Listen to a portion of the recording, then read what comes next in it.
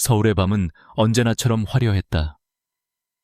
강남의 마천루들은 저마다 빛을 뽐내며 하늘을 찔렀고 거리를 가득 메운 외제차들의 행렬은 도시의 부유함을 과시했다. 하지만 그 찬란한 빛이 닿지 않는 곳, 그림자가 짙게 깔린 도시의 이면에는 이하나와 같은 사람들의 절망이 숨쉬고 있었다. 한의대 본과 2학년 이하나는 차가운 밤 공기를 마시며 숨을 골랐다. 그녀의 손에는 낡은 가죽 가방이 들려 있었고 그 안에는 전공 서적 대신 정갈하게 접은 유니폼이 들어 있었다. 심장이 미친 듯이 뛰었다. 지금 그녀가 서 있는 곳은 서울에서 가장 호화롭고 비밀스러운 스파 엘리시움의 후문 앞이었다. 어머니의 병원비, 아버지가 남긴 억대의 빚. 20살을 갓 넘긴 그녀가 감당하기엔 너무나도 무거운 현실이었다. 장학금을 받으며 악착같이 공부해왔지만 그것만으로는 역부족이었다. 과외 아르바이트로는 한 달 약값도 감당할 수 없었다. 그러다 우연히 보게 된 구인 광고. 고수익 보장, VVIP 전문 테라피스트 모집. 평범한 스파가 아니라는 것은 바보가 아닌 이상 알 수 있었다. 하지만 고수익이라는 세 글자는 그녀의 마지막 남은 자존심마저 집어삼키려 했다. 나는 기술로만 승부할 거야. 절대 다른 짓은 하지 않아. 수십 번, 수백 번을 되뇌었던 다짐이 다시 한번 머릿속을 맴돌았다. 그녀가 가진 것은 학교에서 배운 해부 생리학적 지식과 닳고 닳도록 연습한 수기요법 기술뿐이었다. 그것이 그녀를 지켜줄 유일한 무기이자 방패였다. 묵직한 철문을 열고 안으로 들어서자 바깥의 소란스러움은 거짓말처럼 사라졌다. 부드러운 아로마 향과 나지막이 흐르는 클래식 음악이 그녀를 맞았다. 직원의 안내를 받아 들어간 탈의실은 최고급 호텔 스위트룸처럼 꾸며져 있었다. 대리석으로 마감된 벽, 은은한 조명, 개인용 락커까지. 이곳에서 일하는 직원들을 위한 공간이라고는 믿기지 않을 정도였다. 유니폼은 몸에 꼭 맞는 검은색 실크 블라우스와 스커트였다. 불편할 정도로 짧거나 노출이 심하지는 않았지만 몸의 곡선을 그대로 드러내는 디자인은 그녀를 더욱 긴장하게 만들었다. 거울에 비친 자신의 모습이 낯설었다. 낡은 청바지와 티셔츠 대신 값비싼 옷을 입은 모습. 하지만 불안과 두려움으로 가득 찬 눈빛은 감출 수 없었다. 이하나 씨. 차가운 목소리가 그녀를 불렀다. 돌아보니 40대 중반으로 보이는 실장이 서 있었다. 날카로운 눈매와 빈틈없는 표정. 그녀는 하나를 위아래로 훑어보더니 만족스럽지 않다는 듯 혀를 찼다. 첫날이라 긴장한 건 알겠지만 그런 표정은 손님 앞에서 절대 보여선 안 돼. 여긴 네 감정을 드러내는 곳이 아니야. 철저히 네 기술과 서비스를 파는 곳이지. 알겠어. 네, 실장님. 오늘 첫 손님은 7번 방 VVIP 고객님이셔. 김 교수님이라고 불리는 분인데 우리 스파의 가장 중요한 손님 중 한 분이니 작은 실수도 용납 안 돼. 다른 생각 말고 네가 배운 대로만 해. 그리고 절대 먼저 말을 걸거나 불필요한 질문은 하지 마. 실장의 경고는 칼날처럼 날카로웠다. 김 교수님. 그 단어에서 느껴지는 무게감이 하나의 어깨를 짓눌렀다. VVIP라는 말은 그가 단순한 부자가 아님을 의미했다. 권력, 명예, 그 모든 것을 가진 최상위 계층의 남자. 그런 사람을 자신이 감당할 수 있을까? 7번 방으로 향하는 복도는 어둡고 길었다. 고급스러운 카펫이 발소리를 모두 삼켜버려 마치 다른 차원의 공간을 걷는 듯한 착각마저 들었다. 방문 앞에 도착하자 실장이 마지막으로 주의를 주었다. 기본 코스는 90분. 그분이 특별히 요구하시는 게 없으면 그냥 조용히 네 할 일만 하고 나와. 명심해, 넌 여기서 그림자 같은 존재야. 실장이 물러나고 하나는 문 앞에 홀로 남겨졌다. 그녀는 떨리는 손으로 문고리를 잡았다. 끼익 소리 없이 문이 열리고 그녀는 방 안으로 조심스럽게 발을 들였다. 방은 예상보다 훨씬 넓고 간결했다. 중앙에 놓인 최고급 마사지 베드 외에는 불필요한 가구가 거의 없었다. 통유리창 너머로는 서울의 야경이 그림처럼 펼쳐져 있었지만 두꺼운 커튼이 그 풍경의 절반을 가리고 있었다. 어두운 조명 아래 한 남자가 베드에 엎드려 있었다. 얼굴은 보이지 않았지만 넓은 어깨와 군더더기 없이 곧게 뻗은 등이 한눈에 들어왔다. 평범한 중년 교수의 몸이라고는 생각할 수 없는 잘 단련된 몸이었다. 하나는 준비된 아로마 오일과 타월을 챙겨 베드 옆으로 다가갔다. 심호흡을 하며 마음을 가다듬었다. 지금부터 그녀는 절박한 여대생 이하나가 아니라 최고의 테라피스트여야만 했다. 지금부터 관리 시작하겠습니다. 나지막한 목소리로 말했지만 남자는 아무런 대답이 없었다. 마치 깊은 잠에 빠진 것처럼 미동도 하지 않았다. 하나는 따뜻하게 든 오일을 손에 덜어 남자의 등에 조심스럽게 바르기 시작했다. 그녀의 손길이 닿는 순간 남자의 등이 미세하게 움찔하는 것이 느껴졌다. 하지만 그것도 잠시 그는 다시금 고요해졌다. 하나의 손가락은 마치 살아있는 생물처럼 남자의 등을 타고 움직였다. 그녀는 학교에서 배운 지식을 총동원했다. 척추 기립근을 따라 부드럽게 압을 가하고 긴장으로 단단하게 뭉친 승모근을 정확하게 찾아내 풀어주었다. 이것은 단순한 마사지가 아니었다. 근육의 결신경의 흐름, 기혈의 순환을 모두 고려한 전문적인 수기 치료에 가까웠다. 그녀는 이 일에 모든 것을 걸었다. 이 기술만이 자신을 지켜줄 유일한 동아줄이었다. 그렇기에 그녀의 손길에는 한치의 망설임이나 흐트러짐도 없었다. 오직 눈앞의 환자를 치료하는 의사의 마음으로 그녀는 모든 정신을 손끝에 집중했다. 시간이 얼마나 흘렀을까? 고요한 정적을 깨고 남자의 나직한 목소리가 울렸다. 경합거근과 능형근이 만나는 지점을 정확하게 짚는군. 하나의 손이 순간 멈칫했다. 손님에게서 이런 전문적인 용어를 듣게 될 줄은 몰랐다.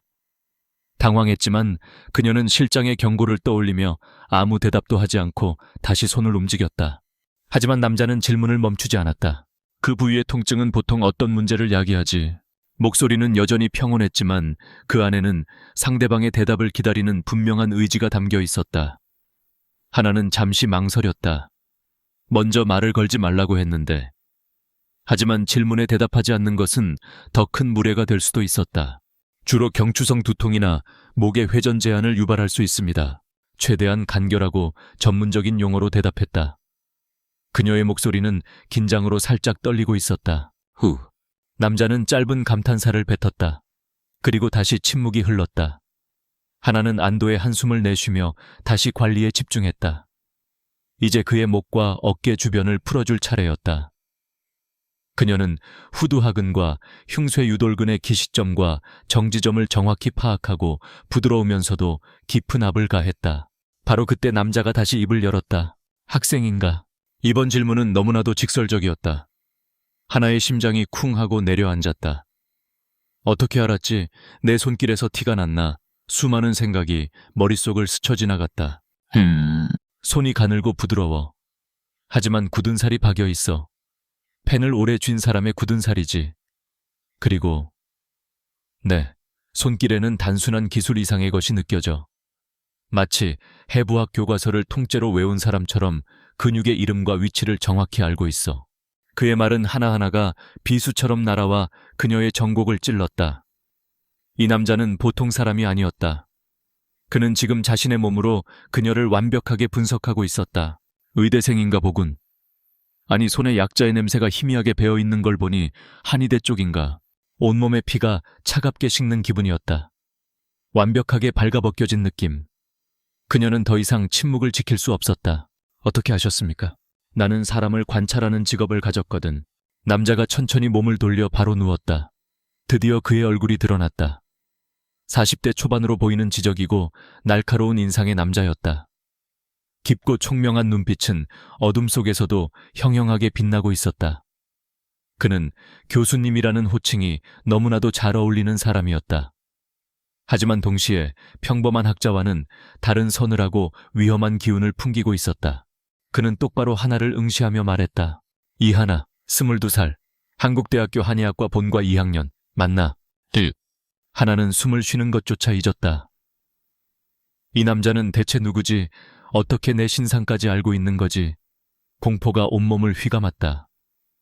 이곳에 오기로 한 결정이 잘못되었다는 것을 이제야 뼈저리게 깨달았다. 남자는 김민준 교수는 그녀의 공포를 읽었다는 듯 희미하게 미소를 지었다. 하지만 그 미소는 전혀 따뜻하지 않았다. 너무 겁먹을 필요 없어. 널 해치려는 게 아니니까. 그냥 확인하고 싶었을 뿐이야. 네가 어떤 사람인지. 저는 그냥 돈이 필요해서. 하나의 목소리가 염소처럼 떨려 나왔다. 변명이라도 해야 했다. 하지만 무슨 말을 해야 할지 몰랐다. 김민주는 베드에서 몸을 일으켜 앉았다. 그의 시선이 집요하게 하나에게 고정되었다. 내 실력은 진짜야. 돈 때문에 썩히기엔 너무 아까운 재능이지. 내가 겪어본 그 어떤 테라피스트보다 뛰어나. 그것은 칭찬이었지만 하나에게는 조금도 기쁘게 들리지 않았다. 하지만 여긴 네가 있을 곳이 아니야, 이하나 씨. 그의 목소리가 낮게 가라앉았다. 이곳 엘리시움이 어떤 곳인지 정말 모르고 온 건가? 겉으로는 VVIP를 위한 최고급 스파지만 그 실체는 온갖 추악한 거래가 이루어지는 범죄의 소굴이야. 정재계 거물들이 모여 뇌물을 주고받고 비밀을 거래하고 약점에 대한 정보를 나누지.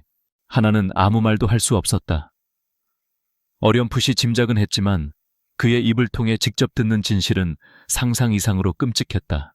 90분의 관리 시간이 거의 끝나가고 있었다. 하나는 어서 이 방에서 벗어나고 싶다는 생각뿐이었다. 그녀가 뒷걸음질 치려는 순간 김민준이 결정적인 한마디를 던졌다.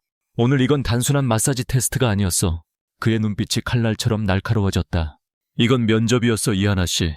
내 담력과 능력을 확인하기 위한. 면접이라니요? 무슨... 혼란스러운 하나의 눈을 똑바로 마주하며 김민준이 말했다. 그의 목소리에는 거부할 수 없는 힘이 실려 있었다. 내 재능 이런 곳에서 썩히지 마. 훨씬 더 크고 의미 있는 일에 쓸 수 있도록 내가 기회를 주지. 그의 말은 끝이 아니었다.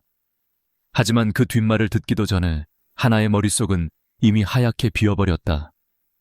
오늘 밤 그녀의 인생이 송두리째 흔들리기 시작했다. 그녀는 단지 돈을 벌기 위해 이곳에 왔을 뿐인데 거대한 운명의 소용돌이 한가운데로 빨려 들어온 것이다. 김민준이 던진 면접이라는 단어는 차가운 파편이 되어 이하나의 귓가에 박혔다. 혼란으로 가득 찼던 머릿속이 오히려 차갑게 식어내리는 기분이었다. 공포는 여전했지만 그 위로 생존 본능과 함께 날카로운 경계심이 싹트고 있었다. 그녀는 아무 말 없이 숨을 죽인 채 남자의 다음 말을 기다렸다. 김민주는 그런 하나의 눈빛에서 단순한 두려움 이상의 것을 읽어냈다. 위기 상황에서 이성을 잃지 않는 침착함, 그가 찾던 자질이었다. 그는 천천히 말을 이었다. 목소리는 방 안의 공기처럼 낮고 무거웠다. 자기소개를 하지. 나는 김민준. 대학에서 강의를 하는 건 사실이지만 그건 내 여러 직업 중 하나일 뿐이야. 내 본업은 당신 같은 사람들이 휘말려서는 안 될 더러운 일들을 청소하는 거지. 그는 품 안에서 작은 지갑을 꺼내 신분증을 보여주었다. 어두운 조명 아래서도 선명하게 보이는 금빛 독수리 문양이 새겨진 검은색 카드. 대통령 직속 국가특별수사본부 수석수사팀장 김민준. 텔레비전 뉴스에서나 들어봤던 현실과는 동떨어진 이름이었다. 대한민국 최상위 권력층의 비리를 전담하여 파헤치는 비밀 조직. 그 존재 자체가 도시 전설처럼 여겨지는 곳이었다. 하나는 자신의 눈을 의심했다. 이 모든 것이 몰래 카메라이거나 악몽이기를 바랐다.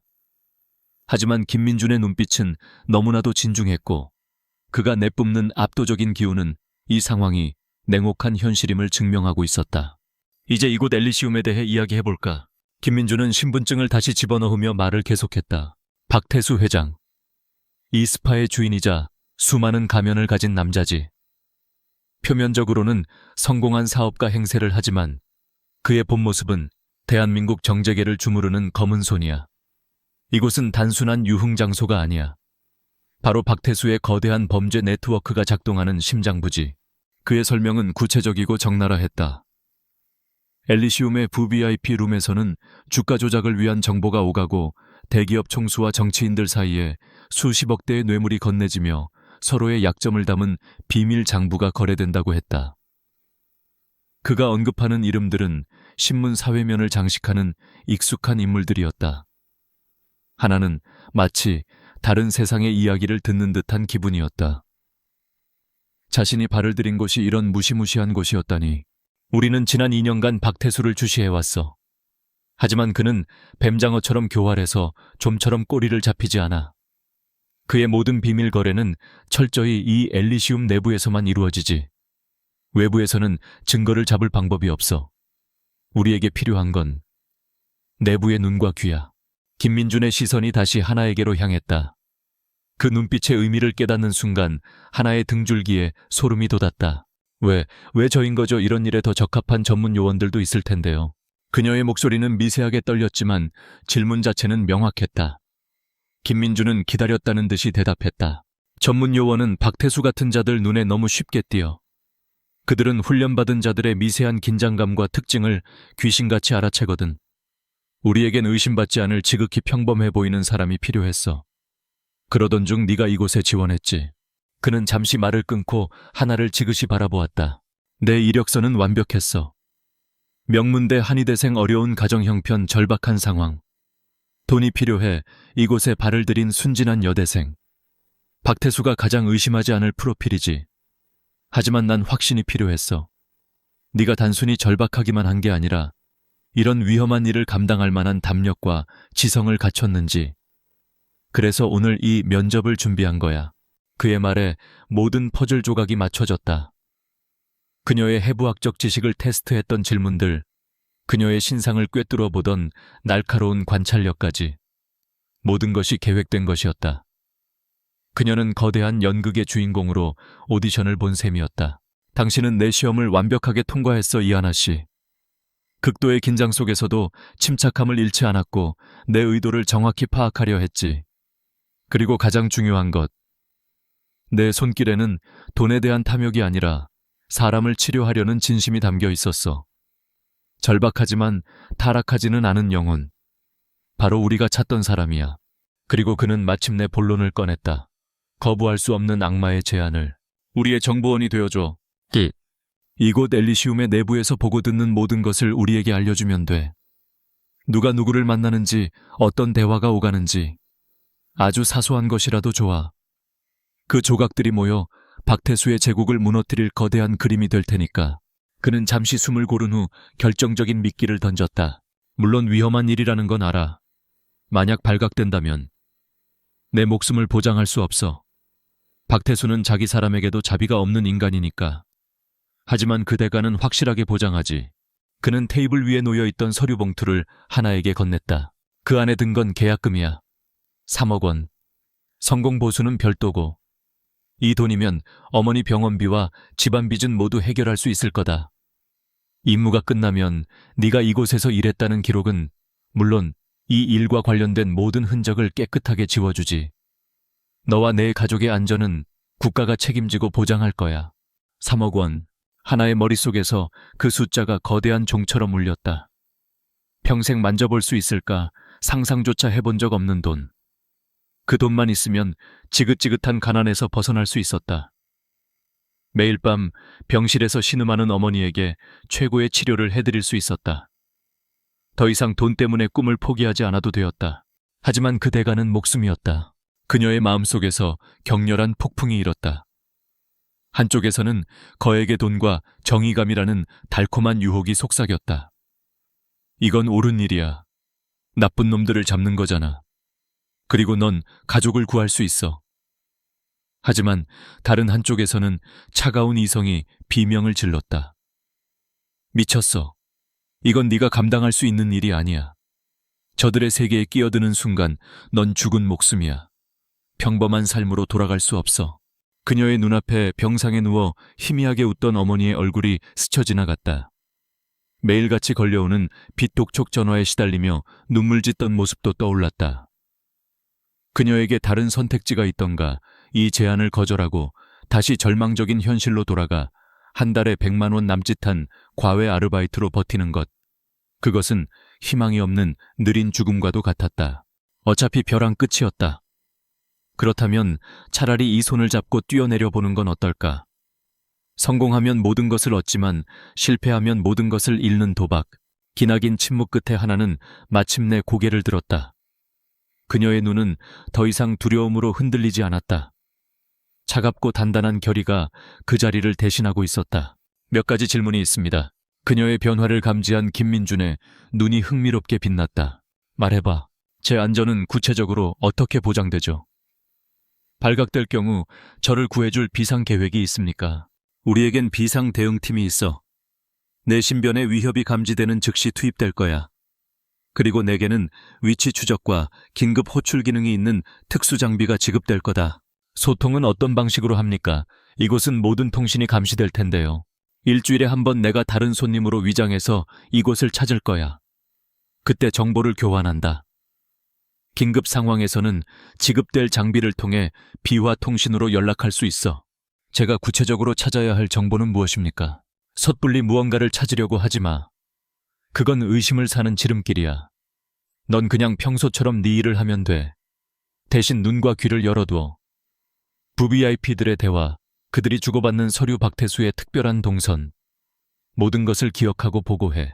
하나의 질문은 날카롭고 핵심을 찔렀다. 그녀는 단순히 겁먹은 소녀가 아니었다. 자신의 목숨을 건 거래에서 최대한의 정보를 얻어내려는 협상가에 가까웠다. 김민주는 자신의 선택이 틀리지 않았음을 다시 한번 확신했다. 모든 질문이 끝나고 다시 방 안에 침묵이 찾아왔다. 하나는 눈을 감고 마지막으로 심호흡을 했다. 그리고 결심을 굳힌 듯 김민준을 똑바로 바라보며 말했다. 하겠습니다. 짧지만 그 안에는 그녀의 인생을 건 무게가 담겨 있었다. 김민준은 만족스러운 미소를 지으며 자리에서 일어났다. 그는 작은 상자를 하나에게 건넸다. 그 안에 통신 장비가 들어있어. 평범한 만년필처럼 생겼으니 의심받지 않을 거다. 사용법은 간단해. 내일 아침 내 휴대폰으로 매뉴얼이 전송될 테니 숙지하도록. 그는 옷을 챙겨 입으며 마지막으로 말했다. 오늘부터 넌 더 이상 평범한 여대생 이하나가 아니야. 국가특별수사본부의 비공식 정보원 코드네임 에코다. 명심해. 아무도 믿지 마. 심지어 나조차도 100% 믿어서는 안 돼. 오직 네 자신과 네 판단만을 믿어. 김민준이 방을 나가고 거대한 VVIP 룸의 하나는 홀로 남았다. 조금 전까지 그가 앉아있던 자리에는 온기가 희미하게 남아 있었다. 그녀의 손에는 3억 원이 든 묵직한 돈 봉투와 그녀의 새로운 운명이 될 작은 상자가 들려 있었다. 창밖으로 보이던 서울의 화려한 야경이 이제는 마치 괴물의 눈동자처럼 섬뜩하게 느껴졌다. 그녀는 더 큰 악마를 잡기 위해 악마와의 거래에 자신의 영혼을 팔았다. 그녀의 인생은 이제 돌이킬 수 없는 강을 건넜다. 다음 날 아침 이하나의 작은 자취방에 햇살이 스며들었다. 밤새 한숨도 자지 못했다. 그녀의 머리맡에는 어젯밤 김민준에게 받은 돈다발이 산처럼 쌓여 있었다. 3억 원. 지폐를 세는 것조차 비현실적으로 느껴지는 거액이었다. 그 돈은 마치 뜨거운 낙인처럼 그녀가 돌이킬 수 없는 선택을 했다는 사실을 끊임없이 상기시켰다. 그녀는 가장 먼저 사채업자에게 전화를 걸어 아버지의 빚 전액을 송금했다. 전화기 너머로 들려오던 욕설과 협박이 순식간에 아첨으로 바뀌는 것을 들으며 하나는 돈의 무서운 힘을 실감했다. 다음으로는 어머니가 입원한 병원의 원무과에 연락해 밀린 병원비를 모두 정산하고 가장 좋은 1인실로 옮겨달라고 부탁했다. 모든 것을 처리하고 나니 통장에는 절반 정도의 돈이 남았다. 마음 한구석이 후련해졌지만 동시에 더 무거운 죄책감이 그녀의 목을 졸라왔다. 이 돈은 깨끗한 돈이 아니었다. 그녀의 목숨을 담보로 한 위험한 거래의 산물이었다. 그때 휴대폰이 짧게 진동했다. 발신자 표시 제한으로 도착한 문자 메시지. 암호화된 인터넷 주소 하나만 덩그러니 적혀 있었다. 그녀는 노트북을 켜고 주소를 입력했다. 몇 단계의 보안 인증을 거치자 만년필 사용 설명서라는 제목의 파일이 나타났다. 설명서는 생각보다 훨씬 정교하고 치밀했다. 만년필의 뚜껑 부분을 돌리는 각도에 따라 녹음 기능이 활성화되거나 펜촉을 특정 순서로 누르면 방형 5m 내의 모든 전자기기를 일시적으로 마비시키는 EMP 기능이 작동했다. 그리고 가장 중요한 기능, 펜대 끝에 작은 보석을 3번 연속으로 누르면 그녀의 위치와 함께 긴급 구조 신호가 김민준의 팀에게 즉시 전송되는 비상 호출 장치였다. 이것은 단순한 통신 장비가 아니었다. 그녀의 생명을 지켜줄 유일한 보험이었다. 하나는 설명서를 통째로 외울 기세로 몇 번이고 반복해서 읽었다. 그리고 파일을 컴퓨터에서 영구 삭제했다. 이제 그녀는 무대에 오를 준비를 해야 했다. 가면을 쓰고 완벽한 연기를 펼쳐야만 했다. 다시 찾은 엘리시움. 어제와는 모든 것이 다르게 느껴졌다. 화려한 인테리어는 위선적인 치장으로 보였고 부드러운 아로마 향 뒤에는 부패의 악취가 숨겨져 있는 듯했다. 그녀는 의식적으로 어깨를 움츠리고 살짝 겁먹은 듯한 표정을 지었다. 어리숙하고 순진한 신입. 그것이 그녀가 오늘부터 써야 할 가면이었다. 이하나 씨, 어제 첫날인데 큰 실수 없이 잘했어. 어제의 그 날카로운 실장이 오늘은 조금 부드러운 목소리로 그녀를 칭찬했다. VVIP인 김 교수가 만족했다는 보고가 올라간 모양이었다. 오늘부터는 다른 손님들도 받게 될 거야. 우리 스파의 손님들은 모두 신분이 높은 분들이니 항상 말조심 행동 조심해야 해. 특히 손님들 대화에는 절대 끼어들거나 아는 척해서는 안 돼. 그냥 못 들은 척 그림자처럼 네 할 일만 하면 되는 거야. 실장의 말은 하나에게 오히려 더 좋은 지침이 되었다. 그녀는 고개를 세차게 끄덕이며 대답했다. 네, 실장님 명심하겠습니다. 과장되게 순종적인 그녀의 태도에 실장은 만족스러운 미소를 지었다. 그녀의 연기는 일단 성공적인 듯했다. 그날 오후 하나는 국회의원이라는 중년 남자를 담당하게 되었다. 그는 방에 들어오자마자 보좌관과 함께 심각한 표정으로 통화를 하고 있었다. 하나가 조용히 마사지를 준비하는 동안에도 그들의 대화는 계속되었다. 청담동 부지건은 어떻게 되어가고 있어? 박 회장 쪽에서는 확답을 줬나? 아직입니다, 의원님. 하지만 긍정적으로 검토하겠다는 언질은 받았습니다. 오늘 저녁에 엘리시움에서 직접 만나 뵙고 쇼부를 보시지요. 그래, 이번 법안만 통과되면 우리 쪽에서도 확실하게 밀어줄 수 있다고 전해. 이건 상부상조야. 하나는 아무것도 듣지 못한 사람처럼 오직 눈앞의 남자의 뭉친 근육에만 집중하는 척했다. 하지만 그녀의 뇌는 청담동 부지, 박 회장, 법안 통과와 같은 핵심 단어들을 정확하게 기록하고 있었다. 그녀의 뛰어난 기억력은 이런 상황에서 최고의 무기가 되어주었다. 그녀는 손끝의 감각으로 남자의 심박수 변화까지 감지하며 그의 긴장 상태를 파악했다. 남자는 그녀를 전혀 의식하지 못한 채 온갖 비밀들을 술술 내뱉고 있었다. 다음 손님은 유명 건설사의 젊은 CEO였다. 그는 오만하고 무례했으며 하나를 사람 취급도 하지 않았다. 그는 마사지를 받는 내내 비서와 스피커폰으로 통화를 했다. 김 부장, M&A 건은 어떻게 됐어? 경쟁사 쪽에서 우리 내부 정보를 빼간 게 확실해. 네, 전무님. 아무래도 내부 소행인 것 같습니다. 저희가 입찰가를 제시하기 직전에 그쪽에서 더 높은 금액을 불렀습니다. 정보가 센 게 틀림없습니다. 빌어먹을. 박 회장한테 말해서 그쪽 뒤를 좀 캐보라고 해야겠군. 엘시움에 정보를 의뢰하는데 비용이 얼마라고 했지. 하나의 손길은 기계처럼 일정했다. 하지만 그녀의 귀는 그들의 대화를 한마디도 놓치지 않았다.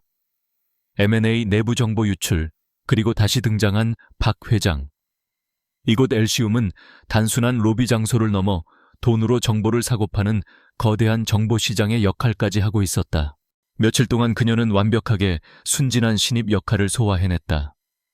다른 직원들에게는 어리숙하게 질문을 던지며 경계심을 풀게 했고 손님들 앞에서는 오직 마사지에만 집중하는 전문적인 모습을 보였다.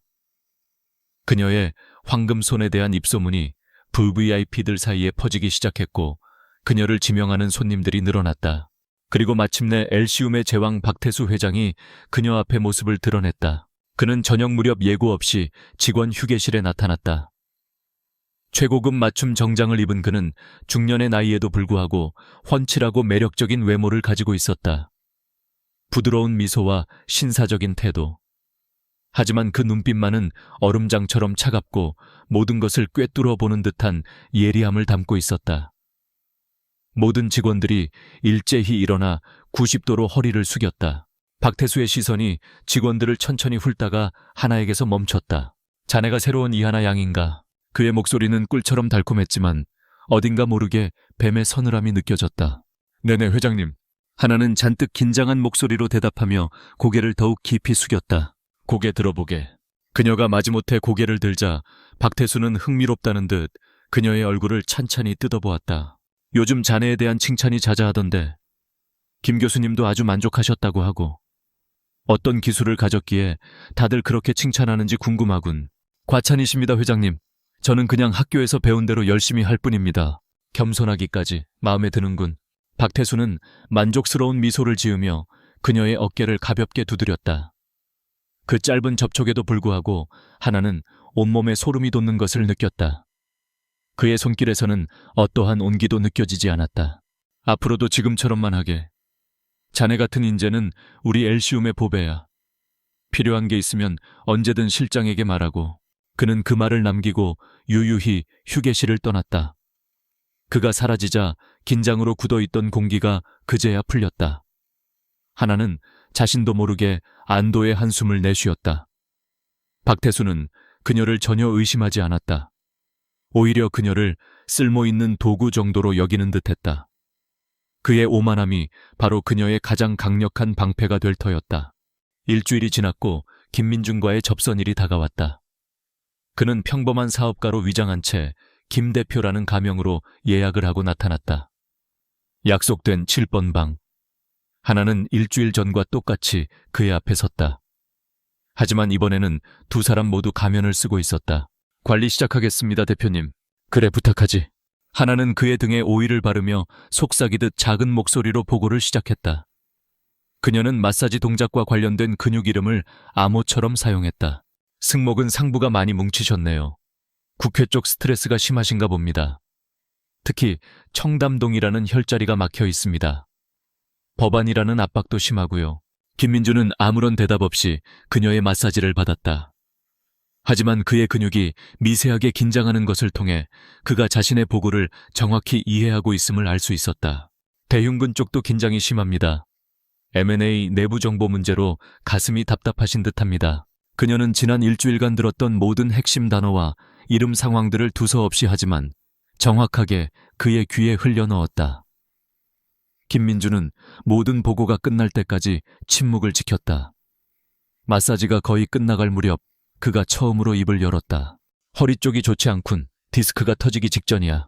그것은 그녀에게 보내는 경고이자 새로운 지시였다. 디스크는 그들이 정한 암호로 위험인물 또는 내부 감시자를 뜻했다. 박태수가 자네를 눈여겨보고 있어. 칭찬은 때로 독이 될 수 있지. 너무 튀지 않도록 조심해. 그리고 다른 직원 중 최 실장이라는 여자를 주의 깊게 살펴봐. 박태수의 신복이자 이곳의 모든 것을 감시하는 눈이야. 알겠습니다. 접선은 그것으로 끝이었다. 그는 평범한 손님처럼 팁을 건네고 방을 나갔다. 하나는 그가 나간 뒤에도 한동안 자리에 서 있었다. 성공적인 첫 보고였지만 마음은 조금도 가벼워지지 않았다. 오히려 최 실장이라는 새로운 위험 요소를 알게 되면서 긴장감은 더욱 높아졌다. 바로 그날 밤 그녀에게 위기가 찾아왔다. 늦은 시간 마지막 손님을 막 끝내고 탈의실로 돌아가던 길이었다. 평소에는 다니지 않는 후미진 복도를 지름길 삼아 걷고 있는데 맞은편에서 최 실장과 마주쳤다. 그녀는 날카로운 눈으로 하나를 위아래로 훑어보며 물었다. 이하나 씨, 이 시간에 여긴 어쩐 일이지? 이쪽은 직원 통행 구역이 아닌데. 하나의 심장이 덜컥 내려앉았다. 변명을 생각할 틈도 없었다. 아, 죄송합니다, 실장님. 제가 아직 길이 익숙하지 않아서.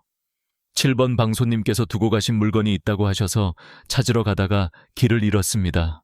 그녀는 순간적으로 떠오른 거짓말을 내뱉으며 최대한 어쩔 줄 몰라 하는 표정을 지었다. 최 실장의 의심스러운 눈초리는 거두어지지 않았다. 그녀는 천천히 하나에게 다가와 그녀의 주머니에 꽂혀 있는 만년필을 날카롭게 쳐다봤다. 고급 만년필을 쓰는군. 학생 신분에는 어울리지 않게 온몸에 피가 얼어붙는 것 같았다. 하지만 하나는 애써 태연한 척 웃으며 대답했다. 아, 이거요. 얼마 전에 아버지 유품을 정리하다가 찾은 거예요. 비싼 건 아니지만 저한테는 소중한 물건이라서요. 그녀의 눈가가 순간 붉어졌다. 그것은 계산된 연기가 아니었다. 아버지라는 단어에 저절로 터져나온 진심이었다. 그녀의 슬픈 표정에 최 실장의 날카로운 기세가 아주 미세하게 누그러졌다. 얼른 돌아가봐. 다음부터는 정해진 통로만 이용하도록. 최 실장은 그 말을 남기고 몸을 돌려 사라졌다. 그녀가 시야에서 완전히 사라지고 나서야 하나는 벽에 등을 기댄 채 주저앉았다. 심장이 터질 것처럼 뛰고 있었다. 다리가 후들거려 일어설 수조차 없었다. 방금 전에 짧은 순간 그녀는 죽음의 문턱을 보고 온 기분이었다. 이 세계는 아주 작은 실수 하나, 어색한 눈빛 하나만으로도 모든 것이 끝장날 수 있는 곳이었다. 가면을 쓰는 것만으로는 부족했다.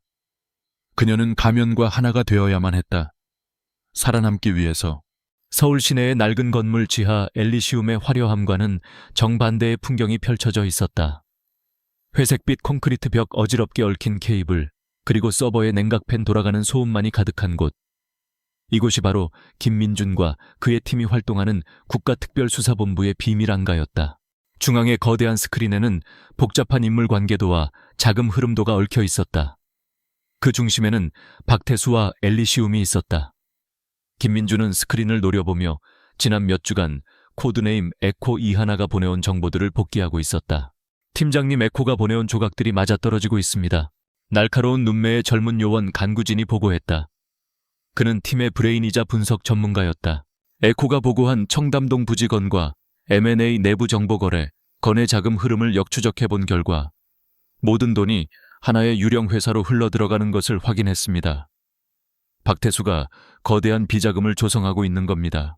하나가 목숨을 걸고 수집한 정보들은 단순한 첩보가 아니었다. 그것은 거대한 범죄의 퍼즐을 완성하는 결정적인 조각들이었다. 그녀가 들었던 이름들, 스쳐 지나간 대화의 파편들이 한데 모여 박태수라는 괴물의 실체를 드러내고 있었다. 뭔가 큰 건을 준비하는 게 틀림없어. 김민준의 목소리에 무게가 실렸다. 그의 예감은 틀리지 않았다. 며칠 뒤 해외 정보팀으로부터 결정적인 첩보가 들어왔다. 마카오 최대 범죄 조직 흥룡회의 보스 리웨이가 극비리에 한국에 입국했다는 것. 그의 목적지는 단 한 곳, 엘리시움이었다. 흥룡회의 자금을 국내 카지노 사업을 통해 세탁하려는 계획입니다. 규모는 약 5천억 원. 박태수의 범죄 경력에 있어서도 역대 최대 규모의 거래가 될 겁니다. 팀원들의 얼굴에 긴장감이 감돌았다. 이것은 박태수를 일망타진할 절호의 기회였다. 거래는 언제 어디서 이루어지나. 닷새 뒤 엘리시움 최상층에 있는 박태수의 개인 집무실입니다. 그곳에서 리웨이가 직접 자금 세탁 내역이 담긴 원장을 박태수에게 넘기기로 했습니다. 그 원장만 손에 넣으면 박태수와 흥룡회를 한 번에 끝장낼 수 있습니다. 문제는 어떻게였다. 박태수의 집무실은 엘리시움 내에서도 선격으로 불리는 곳이었다. 24시간 감시 카메라는 물론 지문과 홍채 인식 동작 감지 센서까지 갖춘 최첨단 보안 시스템으로 둘러싸여 있었다. 외부에서 침투하는 것은 불가능에 가까웠다. 김민준은 눈을 감았다. 그의 머릿속에 한 사람의 얼굴이 떠올랐다. 이 위험천만한 작전의 성패를 가를 유일한 열쇠, 바로 이하나였다. 그는 그녀를 이런 사지로 내몰고 싶지 않았다. 하지만 다른 방법이 없었다. 다음 접선일 김민준은 평소보다 훨씬 더 무거운 마음으로 2,6번 방에 들어섰다. 하나의 얼굴은 그 사이 조금 헬쑥해져 있었지만 눈빛만은 이전보다 더욱 단단하고 차분해져 있었다. 그녀는 이 위험한 세계에 조금씩 적응해가고 있었다. 관리 시작하겠습니다. 늘 하던 대로 보고를 시작하려던 하나의 귀에 김민준의 나직한 목소리가 들려왔다. 오늘은 보고는 됐다. 대신 내 말을 잘 들어. 그의 목소리에는 비장함마저 서려 있었다. 하나는 직감적으로 무언가 중대한 일이 벌어졌음을 깨달았다. 김민준은 흥룡회와의 거래에 대한 모든 것을 설명했다. 5천억 원 규모의 자금 세탁, 그리고 그 증거가 될 비밀 원장. 이야기를 듣는 내내 하나의 손끝이 차갑게 식어갔다. 우리에겐 그 원장이 필요해. 그리고 그걸 가져올 수 있는 사람은 이 세상에 단 한 명뿐이야. 김민준은 힘들게 입을 열었다. 바로 당신 이하나 씨. 숨막히는 침묵이 흘렀다. 박태수의 집무실에 잠입해 원장을 훔쳐오라는 말. 그것은 사실상의 자살 명령이나 다름없었다. 불가능합니다. 그것은 알아. 하지만 방법이 있어. 단 하나의 방법이. 김민준은 작전 계획을 설명하기 시작했다. 그것은 대담함을 넘어 무모하게까지 들리는 계획이었다. 박태수는 중요한 거래를 할 때면 반드시 그가 마시는 약차가 있어. 극도의 긴장을 완화시켜주는 효과가 있지. 그런데 그 차는 아무나 만들 수 없어. 정확한 약자의 배합과 다리는 시간이 중요하거든. 그런데 최근 박태수가 당신의 실력을 듣고 앞으로 자신의 약차는 당신이 직접 전담하도록 지시했다는 정보를 입수했어. 그것이 하나가 박태수의 집무실에 합법적으로 접근할 수 있는 유일한 명분이었다. 거래가 있는 날 당신은 약차를 가지고 그의 집무실로 가게 될 거야. 문제는 그 다음이지. 집무실 문 앞 복되는 보안 시스템에 사각지대가 존재하지 않아. 하지만 우리 팀의 해커가 시스템의 유지보수 로그를 분석한 결과 매일 밤 11시 정각에 서버가 5분간 재부팅된다는 사실을 알아냈어. 그 5분 동안은 복도의 모든 카메라와 센서가 꺼지게 돼. 5분, 그것이 그녀에게 허락된 모든 시간이었다. 이 반지를 받아 김민주는 자신의 손가락에서 작은 반지를 빼어 그녀에게 건넸다. 평범한 은반지처럼 보였지만 안쪽에는 미세한 회로가 새겨져 있었다. 우리 기술팀이 만든 마스터키야. 집무실의 지문 인식기에 대면 단 3초간 인증을 통과시켜 줄 거야. 안으로 들어가면 책상 뒤편 벽에 금고가 있어. 비밀번호는 우리가 알아냈어. 문제는 그 안에 든 원장을 바꿔치기 하는 거야. 그는 옆에 놓인 가방에서 똑같은 디자인의 검은색 가죽 장부를 꺼냈다. 이건 우리가 만든 가짜 원장이야. 무게 재질 심지어 종이 냄새까지 똑같이 만들었지. 당신은 진짜와 가짜를 바꿔치기하고 진짜 원장을 가지고 나와야 해. 설명을 듣는 것만으로도 손에 땀이 찼다. 5분 안에 이 모든 것을 해내야 한다. 단 한 번의 실수, 1초의 지체도 용납되지 않았다. 만약 그 안에 발각되기라도 한다면 상상조차 하고 싶지 않았다. 제가 할 수 있을까요? 하나의 목소리가 가늘게 떨려 나왔다. 처음으로 드러내는 약한 모습이었다. 그녀의 눈앞에 병든 어머니의 얼굴과 끔찍하게 살해당하는 자신의 모습이 교차하며 떠올랐다. 김민주는 그녀의 공포를 외면하지 않았다. 그는 그녀의 눈을 똑바로 바라보며 말했다. 두렵겠지.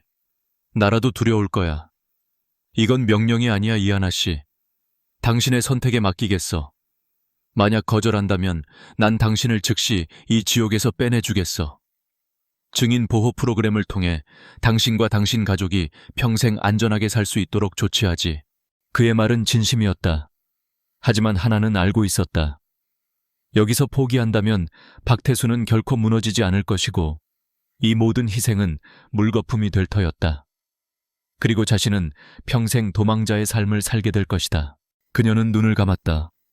처음 엘리시움의 문을 열던 날의 절박함, 김민준의 제안을 받아들였던 밤의 결의, 그리고 최 실장 앞에서 죽음의 공포를 느꼈던 순간, 그 모든 시간들이 주마등처럼 스쳐 지나갔다. 그녀는 더 이상 돈 때문에 끌려다니는 나약한 피해자가 아니었다. 이 거대한 범죄의 한복판에서 스스로 싸우기로 결정한 전사였다. 다시 눈을 떴을 때 그녀의 눈빛에 더 이상 두려움은 없었다. 하겠습니다. 그녀의 대답에 김민주는 안도와 미안함이 뒤섞인 복잡한 표정을 지었다. 그는 집무실의 내부 구조도와 금고의 위치 동선까지 세세하게 설명해 주었다. 하나의 머릿속에서는 이미 수십 번의 시뮬레이션이 반복되고 있었다. 작전 당일, 엘리시움의 공기는 평소보다 훨씬 더 무겁고 살벌했다. 검은 정장을 입은 낯선 남자들이 곳곳에 배치되어 있었고 그들의 눈은 한치의 빈틈도 없이 주변을 경계했다. 흑룡회 사람들이었다. 하나는 애써 태어난 척 자신의 일을 했다. 하지만 심장은 금방이라도 터져 나올 것처럼 격렬하게 뛰고 있었다. 그녀의 사물함에는 김민준 팀이 몰래 넣어둔 가짜 원장이 든 마사지용품 가방과 그녀의 운명을 결정할 반지가 들어있었다. 밤 10시 50분, 실장이 그녀를 호출했다. 이하나 씨 회장님께서 약차를 찾으시네. 지금 바로 준비해서 집무실로 가져가도록 해. 올 것이 왔다. 하나는 침착하게 하지만 평소보다 조금 더 정성을 들여 약차를 준비했다. 떨리는 손을 감추기 위해 찻잔을 든 손에 힘을 꽉 주었다. 그녀는 은쟁반에 찻잔과 다과를 올려놓고 준비된 카트에 실었다. 복도를 걷는 발걸음이 청은망은 무거웠다. 박태수의 집무실이 있는 최상층으로 향하는 전용 엘리베이터에 올라탔다. 거울에 비친 자신의 얼굴이 창백하게 질려 있었다. 마침내 집무실 앞 복도에 도착했다. 복도 양 끝을 지키고 선 흑룡회 조직원들의 날카로운 시선이 그녀에게로 향했다. 그녀는 주눅든 표정으로 그들에게 가볍게 목례를 하고 집무실 문 앞에 멈춰 섰다. 손목시계의 초침이 11시 정각을 향해 달려가고 있었다. 10초 전 987. 그녀는 카트 아래 숨겨두었던 반지를 재빨리 손가락에 끼웠다. 심호흡을 하며 지난 며칠간 수백 번도 더 연습했던 움직임을 머릿속으로 그렸다. 321, 지금이다. 복도 천장의 감시 카메라 렌즈 옆에 있던 작은 LED 불빛이 깜빡하고 꺼졌다. 5분간의 카운트다운이 시작되었다. 덫은 설치되었고 그녀는 스스로 미끼가 되어 호랑이 굴의 심장부로 걸어 들어가고 있었다. 복도의 조명이 꺼지는 순간 이하나의 세상은 오직 가쁜 숨소리와 미친 듯이 울리는 심장 소리만으로 가득 찼다. 5분, 300초. 그녀의 생과 사를 가를 시간이었다. 그녀는 한치의 망설임도 없이 김민준이 건네준 반지를 낀 손가락을 집무실 문 옆에 지문 인식기에 가져다 댔다. 삑하는 짧은 전자음과 함께 잠금 장치가 해제되는 소리가 들렸다. 3초의 기적. 그녀는 약차가 담긴 카트를 문 옆에 그대로 둔 채 몸만 잽싸게 안으로 미끄러져 들어갔다. 문이 등 뒤에서 소리 없이 닫히자 완벽한 어둠과 정적이 그녀를 감쌌다. 밖에서 보던 것과 달리 집무실 안은 암막 커튼으로 모든 빛이 차단되어 있었다. 박태수의 편집증적인 보안의식을 보여주는 증거였다. 하지만 이 어둠은 오히려 그녀에게 방패가 되어주었다. 그녀는 낮에 미리 받아두었던 집무실 내부 구조도를 머릿속에 완벽하게 그려놓은 상태였다. 문에서부터 12걸음 직진, 그리고 왼쪽으로 5걸음. 그곳에 박태수의 거대한 원목 책상이 있을 터였다. 그녀는 신발을 벗어 손에 들고 고양이처럼 소리 없이 발걸음을 옮겼다. 차가운 대리석 바닥의 감촉이 발바닥을 통해 온몸으로 전해졌다. 마침내 손끝에 단단한 나무의 감촉이 느껴졌다. 책상이었다. 그녀는 책상 뒤편으로 조심스럽게 돌아 들어갔다. 벽의 중앙 거대한 동양화 족자 뒤에 금고가 숨겨져 있었다. 그녀는 족자를 조심스럽게 걷어내고 차가운 금속 재질의 다이얼과 마주했다. 비밀번호 198804. 김민준이 알려준 박태수가 유일하게 신뢰했던 비서의 생일이었다. 하지만 그 비서는 의문의 사고로 몇 년 전 세상을 떠났다. 손끝에 모든 신경을 집중하며 다이얼을 돌렸다. 딸깍. 첫 번째 숫자가 맞았다. 딸깍. 두 번째. 마지막 숫자를 돌리고 손잡이를 당기자 묵직한 금고문이 스르륵 하고 열렸다. 금고 안에는 여러 개의 서류 뭉치와 함께 검은색 가죽 장부 하나가 놓여 있었다. 흥룡회의 비밀 원장. 그녀는 준비해온 가방에서 가짜 원장을 꺼내 진짜와 바꿔치기 했다. 두 장부의 감촉과 무게는 소름 끼칠 정도로 똑같았다. 진짜 원장을 가방에 넣고 다시 금고문을 닫았다. 족자를 원래대로 내려놓고 모든 흔적을 지웠다. 그때까지 걸린 시간 약 3분. 아직 2분의 여유가 있었다. 이제 남은 것은 이곳을 무사히 빠져나가는 것뿐. 그녀는 몸을 돌려 문 쪽으로 향했다. 그런데 바로 그 순간 그녀의 심장을 멎게 하는 일이 벌어졌다. 거기 누구야? 방 안을 가르며 울리는 얼음처럼 차가운 박태수의 목소리였다. 하나의 온몸이 그 자리에서 돌처럼 굳어버렸다. 어떻게 그는 리웨이와 함께 있을 터였다. 왜 벌써 이곳에 어둠 속에서 희미하게 시가향이 풍겨왔다. 그는 처음부터 이곳에 있었다. 방 안의 어둠 속에 몸을 숨긴 채 이 모든 것을 지켜보고 있었던 것이다. 대답해. 철컥하는 소리와 함께 권총의 안전장치를 푸는 금속음이 어둠 속에서 울려 퍼졌다. 하나는 숨조차 쉴 수 없었다. 머릿속이 하얗게 비어버렸다. 이대로 끝인가. 하지만 바로 그 절망의 순간 김민준의 마지막 말이 그녀의 뇌리를 스쳤다. 아무도 믿지 마. 오직 네 자신과 네 판단만을 믿어. 그녀는 본능적으로 몸을 날려 거대한 책상 아래로 몸을 숨겼다. 거의 동시에 탕하는 오글루시틀니 총성이 고막을 찢을 듯 울렸다. 조금 전까지 그녀가 서 있던 자리에 대리석 바닥이 깨져나가며 파편이 튀었다. 호제법 순발력이 있군. 하지만 쥐새끼가 도간에 든 꼴이야. 박태수의 목소리에는 여유마저 묻어났다. 그는 이 상황을 즐기고 있었다. 언제부터였지? 언제부터 내 뒤를 캐고 다닌 거야? 이하나 양. 그는 이미 모든 것을 알고 있었다. 그녀의 정체, 그녀의 목적까지도. 아니, 에코라고 불러줘야 하나? 온몸의 피가 차갑게 식었다. 코드네임까지 알고 있다니. 내부에 배신자가 있다는 뜻이었다. 김민준의 팀에, 혹은 그보다 더 상층부에. 궁금한 표정이군. 가르쳐주지. 너희 같은 놈들을 상대하는 게 내 전문이거든. 난 절대 사람을 믿지 않아. 특히 내가 쓰는 도구는 더더욱. 네가 처음 이곳에 발을 들였을 때부터 난 네 뒷조사를 했어. 명문대생 병든 어머니 거액의 빚. 너무나도 완벽한 스토리였지. 너무 완벽해서 오히려 의심스러웠어. 그는 천천히 책상 쪽으로 다가오고 있었다. 그의 발소리가 그녀의 심장을 짓밟는 것처럼 들렸다. 그래서 작은 시험을 해봤지. 일부러 내 약차를 너에게 맡기고 내 집무실에 접근할 기회를 줬어. 그리고 오늘 리웨이와의 거래 시간을 갑자기 2시간 앞당겼지. 만약 네가 순수한 아이였다면 아무 일도 없었을 거야. 하지만 넌 미끼를 물었고 정확히 예정된 시간에 이 방에 나타났어. 보안 시스템이 꺼지는 그 시간 11시 정각에 말이야. 모든 것이 그의 손바닥 위였다. 하나는 거대한 함정에 스스로 걸어 들어온 셈이었다. 김민준도 그의 팀도 모두 박태수에게 놀아나고 있었다.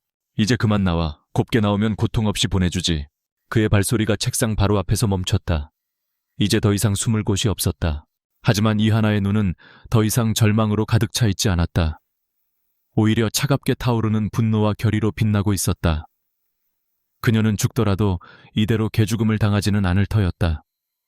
그녀에게는 아직 마지막 카드가 남아있었다. 그녀는 품 안에 숨겨두었던 만년필을 꺼내들었다. 뚜껑을 돌려 EMP 기능을 활성화시켰다. 그리고 책상 밑에서 뛰쳐나오는 동시에 만년필 펜촉을 눌렀다. 삐 하는 날카로운 이명과 함께 방 안의 모든 전자기기에서 스파크가 튀었다. 박태수의 손에 들려있던 레이저 조중이가 달린 최신형 권총의 조준장치가 순간적으로 꺼졌다. 그의 눈이 잠시 어둠에 적응하지 못하고 당황한 사이 하나는 그의 품으로 파고들었다. 그녀의 목표는 권총이 아니었다. 그녀는 한의대생이었다. 인체의 급소를 누구보다 잘 아는. 그녀는 온 힘을 다해 그의 목 측면에 있는 경동맥동, 카로티드 사이누스를 손날로 강하게 내리쳤다. 인체의 혈압을 조절하는 치명적인 급소.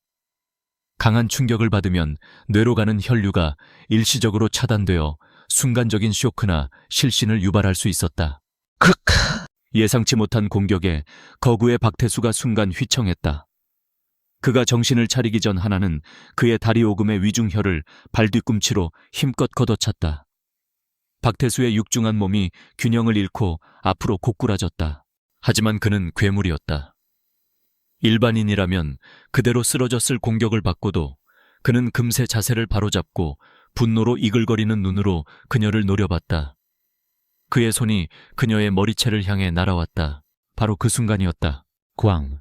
집무실의 강화 유리창이 안쪽으로 폭발하듯 깨져 들어오며 검은 복면을 쓴 대테러 요원들이 눈사태처럼 쏟아져 들어왔다.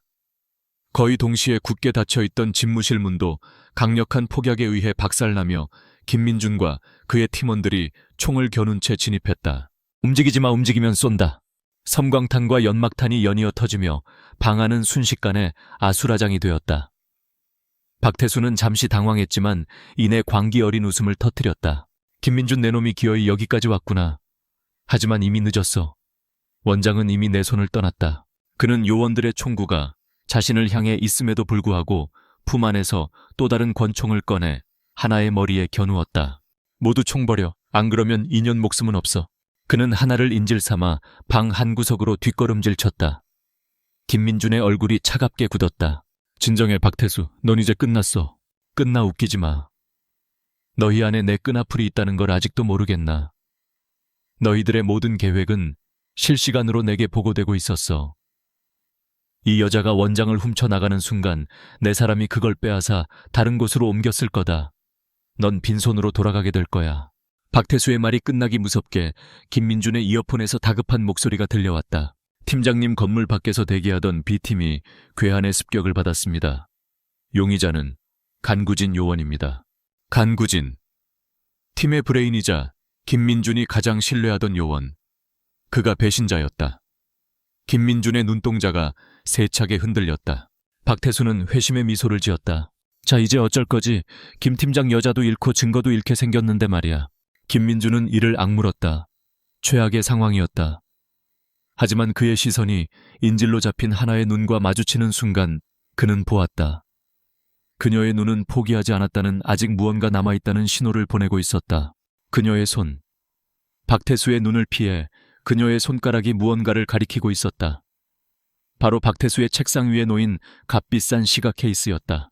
김민주는 순간 깨달았다. 하나의 계획. 그녀가 바꿔치기 한 것은 금고안의 원장이 아니었다. 그는 박태수를 향해 소리쳤다. 원장은 네 손을 떠나지 않았어. 박태수 처음부터 네 곁에 있었지. 박태수의 얼굴에 처음으로 당황한 기색이 스쳤다.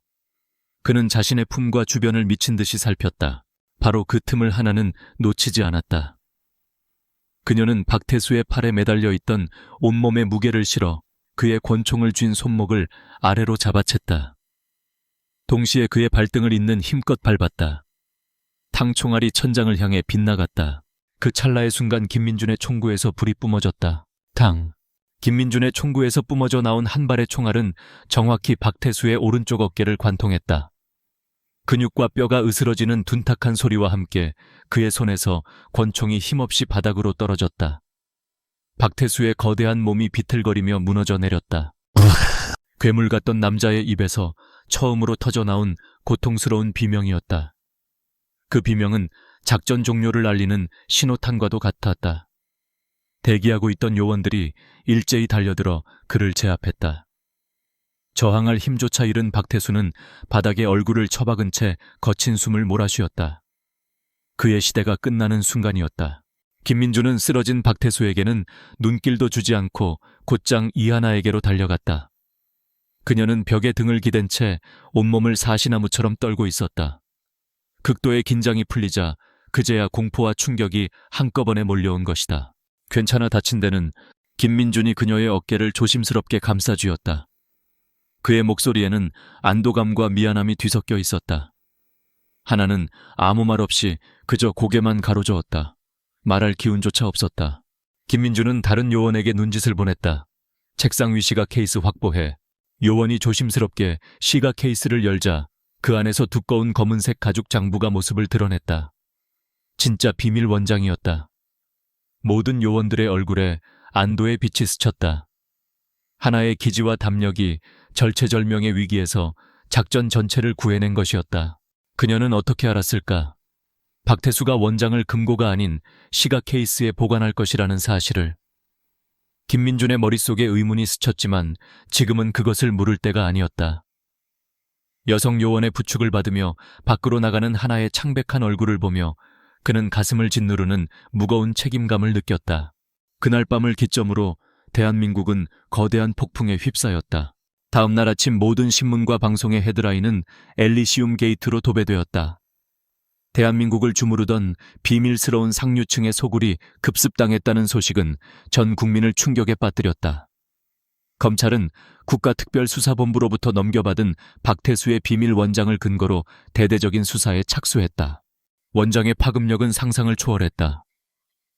그 안에는 지난 10년간 박태수가 정재계, 법조계, 언론계의 거물들과 주고받은 뇌물과 불법 정치자금, 각종 청탁의 내역이 날짜와 시간 금액까지 상세하게 기록되어 있었다. 그것은 단순한 장부가 아니라 대한민국 최상위층의 부패 연대기를 담은 데스노트였다. 수십 명의 현역 국회의원과 전직 장관들이 줄줄이 소환되었고 굴지의 대기업 총수들이 출국 금지 조치를 당했다. 대한민국을 움직이던 거대한 톱니바퀴들이 일제히 멈춰섰다. 박태수라는 왕을 잃은 제국은 모래성처럼 허무하게 무너져 내리고 있었다. 배신자 간구진 요원 역시 밀항을 시도하다가 항구에서 체포되었다. 그는 박태수로부터 거액의 돈을 받고 수사 정보를 빼돌려온 것으로 밝혀졌다. 김민주는 가장 믿었던 부하의 배신에 치를 떨어야 했지만 슬퍼할 시간조차 없었다. 그는 매일같이 이어지는 수사 브리핑과 언론 대응으로 눈코 뜰 새 없이 바쁜 시간을 보냈다. 그 모든 소용돌이의 한복판에서 이하나의 존재는 완벽하게 지워졌다. 그녀는 서울 근교의 한적한 곳에 위치한 안개서 보호를 받고 있었다. 폭풍의 눈처럼 고요한 곳이었다. 푹신한 침대와 따뜻한 식사가 제공되었지만 그녀의 밤은 악몽으로 가득 찼다. 어둠 속에서 번뜩이던 박태수의 눈 귓가를 찢던 총성, 그리고 차갑게 식어가던 자신의 손끝의 감각. 그날 밤의 기억이 끊임없이 그녀를 괴롭혔다. 그녀는 더 이상 평범한 한의대생 이하나가 아니었다. 인간의 가장 추악한 밑바닥을 목격하고 죽음의 문턱에서 살아 돌아온 생존자였다. 정부에서는 심리치료사를 붙여주었지만 그녀의 상처는 쉽게 아물지 않았다. 사건이 터지고 일주일이 지난 어느 날 오후 김민준이 그녀를 찾아왔다. 평소에 냉철하고 빈틈없는 모습이 아닌 지치고 수척해진 얼굴이었다. 그는 더 이상 지휘관과 정보원의 관계로 그녀를 대하지 않았다. 마치 함께 끔찍한 전쟁을 치르고 살아남은 전우를 대하는 듯한 눈빛이었다. 몸은 좀 어때? 그가 건넨 첫 마디였다. 괜찮아요. 하나는 희미하게 웃으며 대답했다. 팀장님이야말로 괜찮으세요. 뉴스에서 보니 많이 힘들어 보이시던데. 국가를 한번 뒤집어 놓았으니 그 정도는 감수해야지. 김민주는 쓴웃음을 지으며 그녀의 맞은편 소파에 앉았다. 어색한 침묵이 흘렀다. 그는 잠시 창밖을 바라보다가 어렵게 입을 열었다. 그날 어떻게 알았지 원장이 시가 케이스에 있을 거라는 걸. 하나의 눈빛이 잠시 먼 곳을 향했다. 그날 밤의 기억이 다시 떠올랐다. 박태수 같은 사람은 아무도 믿지 않아요. 편집증적일 정도로 의심이 많죠. 그런 사람이 가장 중요한 물건을 과연 예측 가능한 장소인 금괴에 넣어두었을까요? 아니라고 생각했어요. 오히려 가장 가까운 곳, 자신의 손이 항상 닿는 곳에 둘 거라고 판단했죠. 그는 항상 시가를 물고 있었어요. 그에게 시가 케이스는 몸의 일부나 마찬가지였을 거예요. 그것은 논리적인 추론이라기보다는 인간의 심리를 꿰뚫는 직관에 가까웠다. 그녀는 박태수라는 인간의 본질을 꿰뚫어 본 것이었다. 그리고 만약 제 예상이 틀렸더라도 뭐라도 해야 했어요. 팀장님 팀에 배신자가 있다는 걸 알게 된 순간 정상적인 방법으로는 원장을 밖으로 가지고 나갈 수 없다는 걸 깨달았으니까요. 어떻게든 시간을 벌고 혼란을 만들어서 팀장님이 직접 들어오게 만들어야만 했어요. 김민주는 아무 말도 할 수 없었다. 그녀는 단순한 정보원이 아니었다. 뛰어난 전략가였다. 그는 그런 그녀를 사지로 내몰았다. 미안하다. 그의 입에서 나온 진심 어린 사과였다. 너를 그런 위험에 빠뜨리지 말았어야 했어. 내가 조금 더 신중했더라면, 간구진 그놈을 미리 알아챘더라면. 팀장님 탓이 아니에요. 하나는 그의 말을 잘랐다. 그건 제 선택이었어요. 그리고 후회하지 않아요. 그녀의 단호한 말에 김민주는 고개를 들어 그녀를 바라보았다. 그녀의 얼굴은 여전히 창백했지만 눈빛만은 그 어느 때보다 강하고 깊어져 있었다. 궁금한 게 있어요. 하나가 먼저 입을 열었다. 팀장님은 왜 이 일을 하세요? 이렇게 위험하고 배신당하기 쉬운 일을. 김민주는 잠시 대답을 망설였다. 그는 한 번도 누군가에게 자신의 속내를 털어놓은 적이 없었다. 하지만 지금 그의 앞에는 그의 목숨을 구해준 그리고 그가 목숨을 빚진 한 여자가 앉아 있었다. 내 아버지는 평생을 정의로운 검사로 사셨지. 하지만 부패한 권력의 함정에 빠져 억울하게 돌아가셨어. 아버지를 그렇게 만든 놈들은 여전히 떵떵거리며 잘 살고 있고 난 법이 해결해주지 못하는 정의가 있다는 걸 그때 깨달았어. 그래서 결심했지. 내가 직접 그 쓰레기들을 치우는 청소부가 되겠다고. 그의 목소리는 담담했지만 그 안에는 깊은 슬픔과 분노가 배어 있었다. 하나는 비로소 그의 차가운 가면 뒤에 숨겨진 뜨거운 심장을 보았다. 그들은 서로의 가장 깊은 상처와 마주보고 있었다. 지휘관과 정보원 교수와 학생이라는 관계를 넘어 인간 대 인간으로서 서로를 이해하게 된 순간이었다. 존경과 신뢰, 그리고 그 이상의 미묘한 감정이 두 사람 사이에 조용히 피어나고 있었다. 사건은 이제 거의 마무리 단계야. 김민준이 자리에서 일어나며 말했다. 박태수는 무기징역을 받게 될 거다.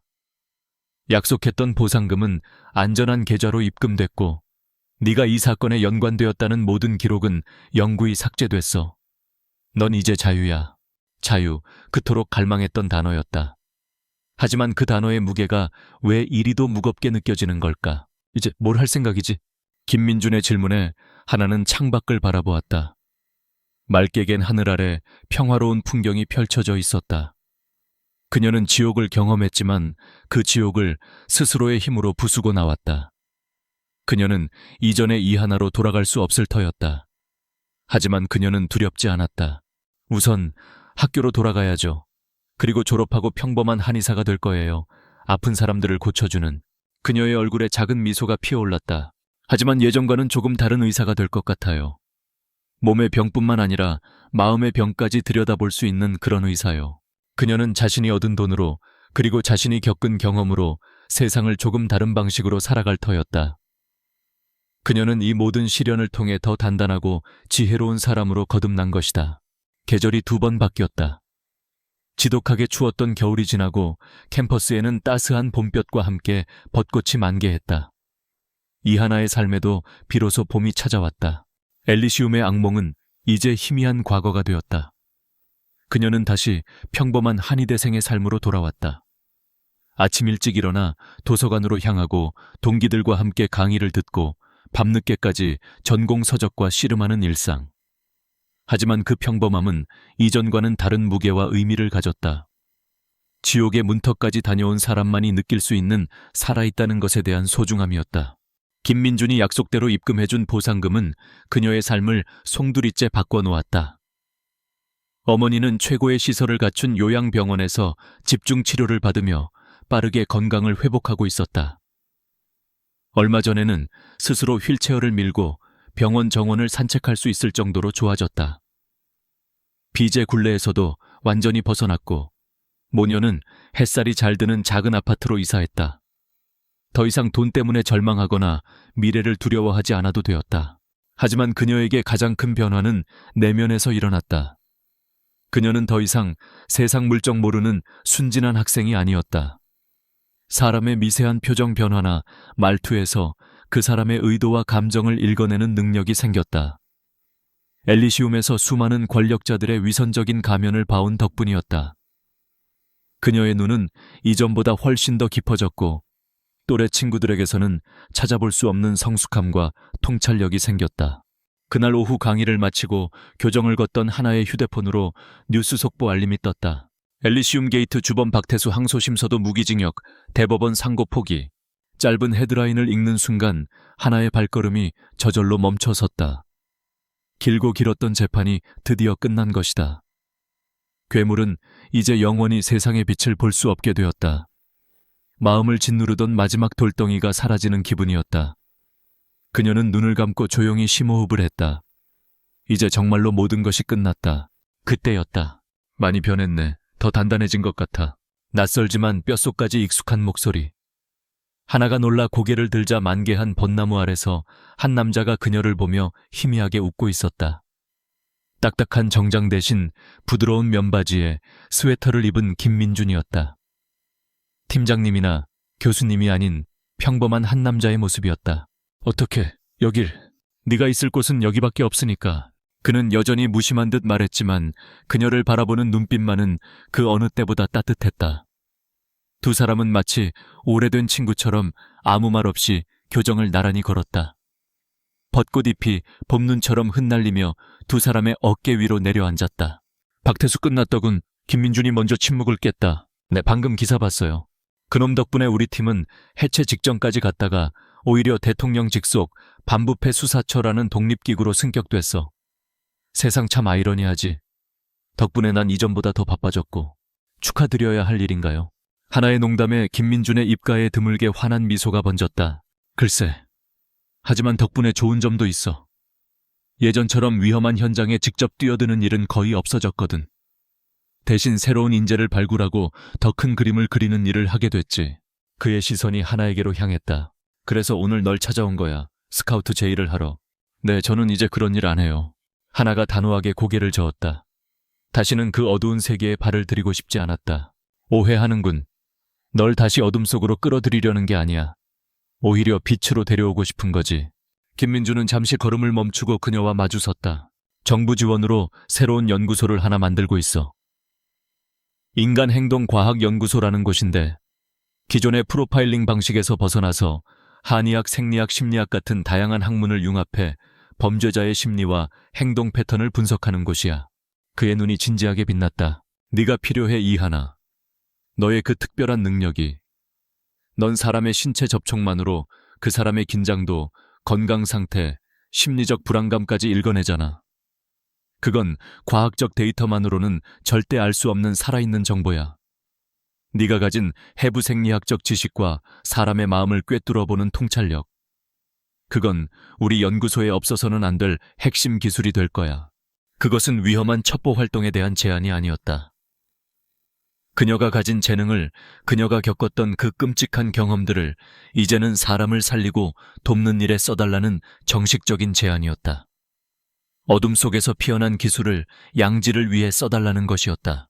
졸업하면 우리 연구소의 특별 연구원으로 와줘. 네가 마음껏 연구하고 능력을 펼칠 수 있도록 모든 지원을 아끼지 않겠어. 물론 이번에는 목숨을 걸 필요도 비밀을 짊어질 필요도 없어. 정식 공무원으로서 떳떳하게 네 실력을 세상에 증명하는 거야. 하나는 아무 말도 할 수 없었다. 그녀의 손을 내려다보았다. 한때는 돈 때문에 더러운 일을 해야 했던 손. 사람을 살리기 위해 공부했던 지식으로 누군가를 속이고 위험에 빠뜨려야 했던 손. 그 손으로 이제는 새로운 미래를 만들 수 있다는 것이었다. 그녀는 고개를 들어 김민준을 바라보았다. 그는 더 이상 자신을 위험으로 내모는 지휘관이 아니었다. 자신의 재능을 알아봐주고 더 큰 세상으로 이끌어주려는 멘토이자 파트너였다. 하나의 얼굴에 마침내 봄날의 벚꽃처럼 환한 미소가 피어올랐다. 생각해볼게요. 아주 긍정적으로요. 그것은 사실상의 수락이었다. 김민준 역시 그녀의 뜻을 알아채고 만족스러운 미소로 화답했다. 두 사람 사이에는 더 이상 어둡고 무거운 과거의 그림자가 존재하지 않았다. 오직 미래에 대한 희망과 서로에 대한 단단한 신뢰만이 자리하고 있었다. 김민준이 돌아간 후에도 하나는 한동안 그 자리에 서서 흩날리는 벚꽃을 바라보았다. 그녀의 인생은 한 편의 길고 긴 드라마 같았다. 절망의 나락에서 시작해 위험한 거래를 하고 거대한 악과 맞서 싸웠다. 모든 것이 끝났다고 생각했지만 어쩌면 지금부터가 진짜 시작일지도 몰랐다. 그녀는 더 이상 가난하고 힘없는 여대생 이하나가 아니었다.